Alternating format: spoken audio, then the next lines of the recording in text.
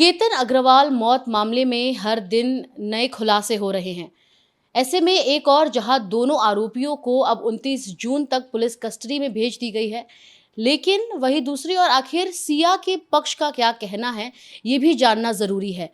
हमारे साथ बात करने के लिए सिया के वकील आशुतोष श्रीवास्तव है। एडवोकेट, आपसे जानेंगे सबसे पहले तो क्राइम हुआ है, ये बात आई है सामने, इसमें तथ्य कितने हैं और कितनी बातें जो हैं वो बनावटी हैं? ज़ाहिर सी बात है सिया ने आपसे बताई होगी।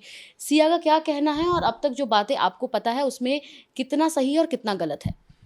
देखिए, अभी तो ये पूरा मैटर इन्वेस्टिगेशन चल रहा है, हम लोग जानते हैं। और जहाँ तक मेरी क्लाइंट हैं वो हर तरीके से पुलिस को कोऑपरेट कर रही हैं कि पुलिस एक प्रॉपर कंक्लूजन तक पहुँच सके। और पुलिस भी मुझे लगता है कि इस पे काफ़ी मेहनत कर रही है, अपना समय दे रही है और इसमें जो सच्चाई हो सकता है वो लाने की पूरी कोशिश कर रही है। और हम सब इंतज़ार कर रहे हैं कि इसमें जो एक फैक्ट है, जो सच्चाई है वो सामने आए। जहाँ तक हमने अभी देखा कि अभी तो चार्जशीट फाइल नहीं हुआ है, तो हमारे पास कोई ऑफिशियल डॉक्यूमेंटेशन तो नहीं है और इस पे ज़्यादा कमेंट करना मेरे लिए ठीक भी नहीं होगा। लेकिन जो हमें सुनने को आ रहा है, जो हम न्यूज़ में देख रहे हैं, जो समझ रहे हैं और जो बातें बताई जा रही हैं, उसमें मोस्ट ऑफ द थिंग्स जो है वो ये कहा जा रहा है कि ये जो है उसने पुलिस स्टेशन में ये बातें बताई हैं। अब देखिए, अगर पुलिस स्टेशन में कोई बात बताई जाती है तो जो कानूनी जो पहलू है उसका वो है, जैसे जो सेक्शन 25 था इंडियन एविडेंस एक्ट का, जो अभी नए कानून में जो है उसको बीएसए में सेक्शन 23(1) बोला जाता है। उसके तहत अगर कोई भी आरोपी एक्यूज्ड अगर पुलिस डिटेंशन में कोई भी सबमिशन देता है, कन्फेशन करता है या कोई भी ऐसी बात वो रखता है अपने अगेंस्ट में, तो उसको जो है बिल्कुल भी एक एडमिटेड एविडेंस नहीं माना जा सकता है। यही कानून है। इसका कारण ये है कि किसी के थ्रेट में या पुलिस के डर से या एक कोर्जन में अगर कोई भी एक्यूज्ड ऐसा स्टेटमेंट दे दे तो उसको उस बेसिस पे प्रोसिक्यूट नहीं किया जा सकता। और दूसरी बात है कि जो एक्यूज्ड है वो अपने अगेंस्ट में खुद प्रेशराइज करके उसको विटनेस नहीं बनाया जा सकता। अब रहा बात कि कोई दूसरा विटनेस इसके अंदर है जो इस बात को प्रूफ करे, तो वो हमें देखना होगा कि पुलिस इसके लिए क्या लेकर के आती है इन्वेस्टिगेशन में, जिससे ये साबित हो सके कि उस सही में वो गिल्टी है। क्योंकि जैसे मैं बताऊं आपको कि अलग अलग कानून होते हैं। जैसे एग्जाम्पल में अगर कोई ड्रग्स का मामला है एनडीपीएस का, तो इसमें गुनहगार को साबित करना पड़ता है कि वो इनोसेंट है। या फिर जैसे मनी लॉन्ड्रिंग का मामला होता है तो उसमें गुनहगार को साबित करना पड़ता है कि वो इनोसेंट है। लेकिन जहां हीनस क्राइम मर्डर जैसा मामला होता है तो वहां प्रोसिक्यूशन को साबित करना पड़ता है कि वो गिल्टी है, उसने ये क्राइम किया है। तो क्या प्रोसिक्यूशन के पास इतना पुख्ता सबूत है जो इस बात को साबित कर सके कि जो एक्यूज्ड है, जो मेरी क्लाइंट है सिया, उन्होंने ऐसा कोई भी हीनस क्राइम किया है? तो ये हमें देखना होगा। ये मुझे लगता है कि जब चार्जशीट फाइल होगा इन्वेस्टिगेशन के बाद, तो हमारी टीम और हमें पूरी तरह से क्लैरिटी मिल पाएगी और सबको क्लैरिटी मिल पाएगी। क्योंकि एक पब्लिक डॉक्यूमेंट होगा जिसमें मीडिया से लेकर हर एक इंडिविजुअल जो आज इस देश में इंतज़ार कर रहा है कि उसमें न्याय मिले, जस्टिस मिले और जो है कोर्ट एक सच्चाई तक पहुंच सके और जो एक जस्टिस हो सकता है वो जस्टिस को दे सके। और हमारी भी यही कोशिश है एज अ डिफेंस काउंसिल कि हम भी ट्रायल कोर्ट की हर तरह से हम असिस्टेंस उनको हम दें, ताकि कोर्ट भी जो है एक सही कंक्लूजन पे पहुंच पाए और एक सही जस्टिस दे पाए इस पूरे मामले में। स्पीक अदरवाइज जैसा आपने बताया, लेकिन परिवार का कहना है कि 14 जून को भी ये लोग लोहगढ़ गए थे, 21 मई को भी गए थे और 18 जून को भी गए थे, और जो डिजिटल एविडेंसेस बरामद हो रहे हैं उसमें कई सारी बातें निकल कर सामने आ रही हैं, सीसीटीवी वीडियोस निकल कर सामने आ रहे हैं। तो कहीं ना कहीं आपको क्योंकि आपकी बात हुई होगी सिया से, कारण क्या रहा कि उसने इस प्रकार, बिकॉज कहा जा रहा है विग नहीं पहनता था, विग पहनता था उस वजह से भी कहीं न कहीं उसकी उसके मन में इच्छा नहीं थी उससे शादी करने की। तो जो कुछ बातें आ रही हैं, उसमें कहीं न कहीं तथ्य तो होगा कि सिया उसके साथ रिश्ता नहीं रखना चाहती थी। देखिए, ये दोनों दो अलग अलग विषय हैं। रिश्ता रखना या नहीं रखना, इसके बारे में सिया ने क्या स्टेटमेंट दिया, उनके फैमिली ने क्या स्टेटमेंट दिया, ये तो हम चार्जशीट में ज़रूर देखेंगे। लेकिन इससे सीधा सीधा ये कंक्लूड कर देना कि उसने इतना हीनस क्राइम किया है, ये दोनों तथ्य ज़रूरी नहीं है कि मैच हो सकें। जहाँ तक आपने सीसीटीवी का बात किया, तो सीसीटीवी की अगर मैं बात करूँ तो सीसीटीवी में ऐसा कोई इंसिडेंस क्लियर नहीं सामने आया है जिसमें ये पता चल सके कि उसने ऐसा कोई जो है क्राइम कमिट किया है। और जहाँ तक हम देखें तो एक वॉचमैन है, उसका भी स्टेटमेंट है, जिसको सबसे पहले वो चिल्लाई उसके गिरने के बाद, और वो आया और उसने भी यही बोला कि उसने बोला कि वो नीचे गिर गया है। तो जो इमीडिएट इन्फॉर्मेशन होता है वो उसने दिया, और ये कहना कि इतना बड़ा इंसिडेंस होते समय एक भी आसपास विटनेस नहीं था, और उसी पर्टिकुलर पॉइंट ऑफ टाइम पे एक जो विक्टिम है वो उस जगह पे जाके खड़े होता है जहाँ पे कोई ना हो। प्लान दोनों तरफ से तो नहीं हो सकता ना, प्लान तो एक तरफ से होगा जिनको ये करना होगा। तो क्या ये सारी प्रोबेबिलिटीज मैच होती हैं, या हमारे पास कोई ऐसा विटनेस है जो ये बात को क्लैरिफाई कर सके कि सच में ऐसा हुआ था? और जहाँ तक मैंने बताया कि सेल्फ कन्फेशन जो है, जो डिटेंशन में हर इंसान अंडर प्रेशर बहुत सारी बातों को बोलता है, बताता है, कबूल करता है, लेकिन वो कानून उस बात को नहीं मानता है अनलेस अंटिल उसकी जो ये बात है वो दूसरे एविडेंस के साथ कोरबोरेट होती हो, और वो जो दूसरे कॉन्क्रीट एविडेंस है इस बात को सपोर्ट करते हो कि ऐसा हुआ था।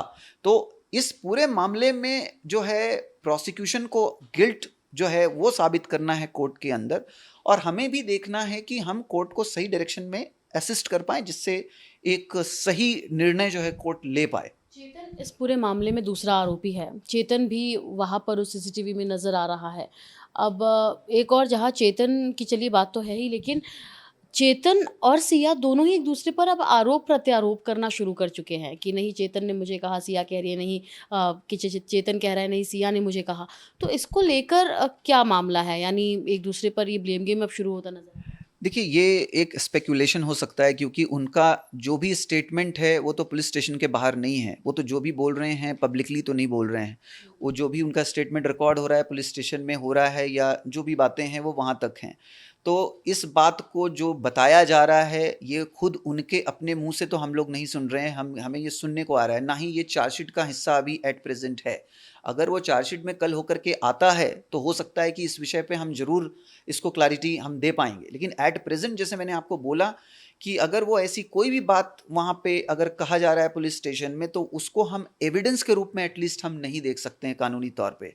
तो मैंने जैसे बताया कि अगर इस बात को सपोर्ट करने के लिए दूसरे पुख्ता सबूत हैं जो आएंगे चार्जशीट के अंदर, तो हम इस बात को ज़रूर हम कंसिडर कर पाएंगे, या हम देख पाएंगे कि इसमें कि किस तरह से जो है डिफेंड किया जा सकता है, या वैसे सिचुएशन में क्या सच्चाई जो है उसको कंक्लूड किया जा सकता है, या कॉन्क्रीट एक जो है निष्कर्ष पे जो है पहुंचा जा सकता है, वो देखना पड़ेगा। केतन अग्रवाल के परिजन का कहना है कि ना सिर्फ सिया बल्कि उसके परिवार को भी इसमें उतना ही सह आरोपी बनाए जाने चाहिए। उसको लेकर क्या आप कहेंगे? और साथ ही हम जान रहे हैं कि फिलहाल सिया का भाई भी जो है पुलिस के घेरे में है, उनसे भी पूछताछ हो रही है। जी देखिए, पुलिस को पूरा अथॉरिटी है कि कोई भी केस में वो प्रॉपर डायरेक्शन में इन्वेस्टिगेट करें, और अगर उन्होंने उसके भाई को पूछताछ के लिए बुलाया है और भाई खुद जा कर के अगर कोऑपरेट कर रहे हैं इन्वेस्टिगेशन में, तो इसमें मुझे नहीं लगता कि कोई दिक्कत की बात है। और देखिए, दोनों ही फैमिलीज़ हैं, और आपको पता है कि एक शादी का रिलेशन जो बनने जा रहा था, तो मुझे दोनों ही फैमिली के लिए मुझे लगता है कि मैं संवेदनशील हूँ।